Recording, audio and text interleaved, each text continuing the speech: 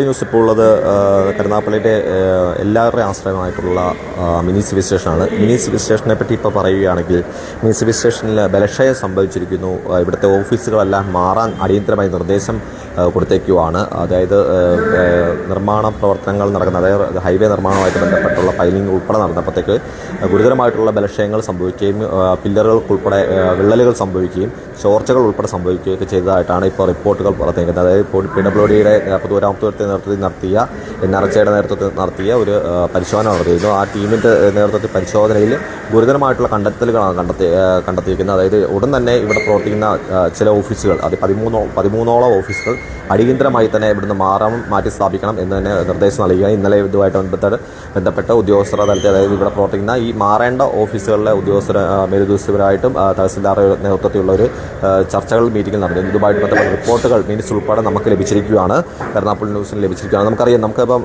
ഈ ദൃശ്യങ്ങളിൽ കാണുകയാണ് ഈ പില്ലറുകൾ ഉൾപ്പെടെ വളരെ ഗുരുതരമായി തകർന്ന് പൊട്ടലുകളും വിള്ളലുകളും ഒക്കെ സംഭവിച്ചിട്ടുണ്ട്. ഈ പില്ലറുകൾ ഉൾപ്പെടെ ഇതുപോലെ തന്നെ ഈ മേഖലയിലുള്ള എല്ലാ പില്ലറുകൾക്കും ഇതുപോലെ ബലക്ഷയം ഉൾപ്പെടെ സംഭവിച്ചിട്ടുണ്ട്. അതുപോലെ ഇതിൻ്റെ പ്ലാസ്റ്ററുകൾ ഉൾപ്പെടെ ഇളകിയിട്ടുണ്ട്. ഇപ്പോൾ ഇതിപ്പോൾ കയർ ഇൻസ്പെക്ടർ ഓഫീസാണ്. നമ്മൾ ഓഫീസിലേക്ക് കയറുന്നില്ല, ഇവിടെ മേലുദ്യോഗസ്ഥ ഇല്ല എന്നറിഞ്ഞു. അതുകൊണ്ട് ഓഫീസിൻ്റെ അകത്തേക്ക് നമ്മൾ കയറില്ല, നമ്മൾ പുറത്ത് നിന്നാണ് കാണിക്കുന്നത്. ഇപ്പോൾ ഈ മേളിൽ പ്ലാസ്റ്റർ ഉൾപ്പെടെ തകർന്നിരിക്കുന്ന ഒരു സാഹചര്യമാണ് നിലനിൽക്കൽ.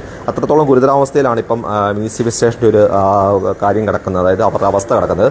അതായത് പില്ലറുകളിലെ മേളിലത്തെ പ്ലാസ്റ്ററുകൾ മുഴുവൻ നശിച്ചു. അതുപോലെ തന്നെ വിണ്ട് കീറിയിട്ടുണ്ട്, അതായത് വിള്ളലുകൾ സംഭവിച്ചിരിക്കുന്നു, മേൽക്കൂര ഉൾപ്പെടെയുള്ള വിള്ളൽ സംഭവിച്ചിരിക്കുന്നു. നമുക്ക് ഇതാണ്ട് ഈ പില്ലർ ഉൾപ്പെടെ ഉള്ള വലിയ ഗുരുതരമായിട്ടുള്ളൊരു വിള്ളലുകളാണ് ഉണ്ടായിരിക്കുന്നത്. അതുപോലെ മിക്ക ഓഫീസുകൾ, ഇവിടെയുള്ള 13ഓളം ഓഫീസുകളിലാണ് ഗുരുതരമായിട്ടുള്ള നിർമ്മാണത്തിൽ അല്ലെങ്കിൽ ഗുരുതരമായിട്ടുള്ള അവസ്ഥയിൽ നിൽക്കുന്നതാണ് തഹസിൽദാറുടെ യോഗത്തിൽ നടന്ന മിനിറ്റ്സിൽ സംഭവിച്ചിരിക്കുന്നത് എന്നുള്ള കാര്യങ്ങളിൽ മേലുദ്യോഗസ്ഥന്മാർക്ക്, അതായത് വകുപ്പിൻ്റെ ഓഫീസിൻ്റെ ഹെഡുകൾക്ക് നിർദ്ദേശം നൽകുകയാണ് തഹസിൽദാർ. അതുപോലെ ജില്ലാ കളക്ടറുമായിട്ട് ഇപ്പോൾ തഹസിൽദാറുടെ ഒരു ചർച്ചയ്ക്ക് ശേഷം മാത്രമേ തഹസിൽദാറിന് നമ്മളോട് പ്രതികരിക്കാൻ സാധിക്കുകയുള്ളൂ. അദ്ദേഹത്തെ നേരിട്ട് കണ്ട് കാര്യങ്ങൾ ധരിപ്പിക്കണം, ഇത്ര മൊത്തമുള്ള ഓഫീസുകൾ മാറ്റണം എന്നുള്ള സാഹചര്യം നൽകുന്നു. അദ്ദേഹത്തെ നേരിട്ട് കണ്ടെന്ന് ഈ കാര്യങ്ങൾ ധരിപ്പിക്കണം എന്നുള്ള ഒരു കാര്യങ്ങളിലേക്ക് എത്തിക്കണം.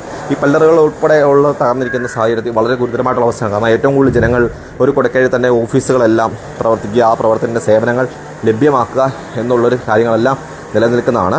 ഈ സാഹചര്യത്തിലാണ് ഇത്രത്തോളം ഗുരുതരമായിട്ടുള്ള ഒരു സാഹചര്യം ഉണ്ടായിരിക്കുന്നത്. അതായത് ഗുരുതരമായിട്ട് ഓഫീസുകൾ മാറ്റി സ്ഥാപിക്കണം എന്നുള്ള ഉത്തരവ് വന്നിരിക്കുന്നത്. അതായത് അടിയന്തരമായി തന്നെ ഈ മേഖലയിൽ പ്രവർത്തിക്കുന്ന ഓഫീസുകൾ മാറണം, ഇല്ലെങ്കിൽ ഗുരുതരമായിട്ടുള്ള ഭവിഷ്യത്ത് പിന്നീടുണ്ട്. ഒരു പ്രശ്നം ഉണ്ടായ ശേഷം, ഒരു അപകടം നടന്ന ശേഷം ഇതിൽ നിന്ന് മാറ്റി സ്ഥാപിക്കുക, ഇല്ലെങ്കിൽ അതിന് അനുമതി അവർ തന്നെ തന്നിട്ടുണ്ട്. അതായത് ഇവിടെ മുകളിൽ മുഴുവൻ തന്നെ ചോർച്ചയാണ്, അതായത് ഫുള്ള് ചോർച്ച, ഏത് നിമിഷവും തന്നെ നിലം പതിക്കുക, അങ്ങനത്തെ ഒരു സാഹചര്യം തന്നെയാണ് നിലനിൽക്കുന്നത്. ഈ സാഹചര്യത്തിൽ കാരണം നമുക്ക് കാണാൻ സാധിക്കും, ദൃശ്യങ്ങളിൽ കാണാൻ സാധിക്കുന്നത്, അതായത് ഇവിടുത്തെ ഫുള്ള് പ്ലാസ്റ്ററുകൾ ഇളകി മാറിയിരിക്കുകയാണ്. പൂർണ്ണമായിട്ട് വരെ ശരിക്കും ഭയത്തോടെ തന്നെയാണ് ഇവിടെ ഇരിക്കുന്നത്. കാരണം ഉദ്യോഗസ്ഥർ തന്നെ ചൂണ്ടിക്കാണിക്കുകയാണ്, കണ്ടോ ഇത്രത്തോളം ഗുരുതരാവസ്ഥയിലാണ് ഇവിടുത്തെ സാഹചര്യം. ഈ ഇലക്ട്രിക് കറണ്ട് അടിക്കുന്ന സാഹചര്യം ഉണ്ടോ?